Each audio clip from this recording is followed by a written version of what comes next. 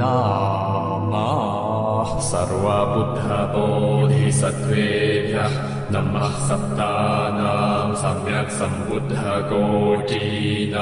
सश्रावकसङ्घानां नमो लोके अर्हतां नमः श्रोतापन्नानां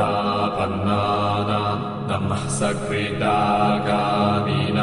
नमः अनागामिनां नमो लोके सम्यक्कर्तानां सम्यक् प्रतिपन्नानां नमो देवर्षीणां नमः सिद्धविद्याधारहीनां शापानुग्रहसम्वर्धानां नमो ब्रह्मणे नमः इन्द्राय नमो भगवते रुद्राय उमापत्तिसहीयाय नमो भगवते